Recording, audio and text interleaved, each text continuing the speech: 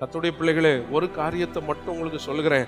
மலையின் மேல் ஏறி தேவ வார்த்தைக்காய் காத்திருக்கிற அனுபவமும் தேவனோடு பேசுகிற அனுபவமும் உங்களுக்குள் இருக்குமானால், மலையின் மேல் இருக்கிற பட்டணம் எந்த மனுஷன் நினைத்தாலும் அது மறைந்திருக்காது. No one can cover it. யாருமே அதை மறைக்க முடியாது. அது பிரகாசித்தே தீரும். அல்லேலூயா. மலையின் மேல் ஏறி தேவ பிரசன்னத்திலே காத்து கிடந்து, கர்த்தாவே நீர் பேசும், நான் கேட்கிறேன் என்று சொல்லுகிற அனுபவம் இல்லாவிட்டால், வெளியில கொட்டப்பட்ட உப்பை போல மனுஷரால் மிதிக்கப்படுவதற்கு அன்றி வேறு ஒன்றுக்கும் பயன்படாத பொருளாய் மாறிப்போவோம்.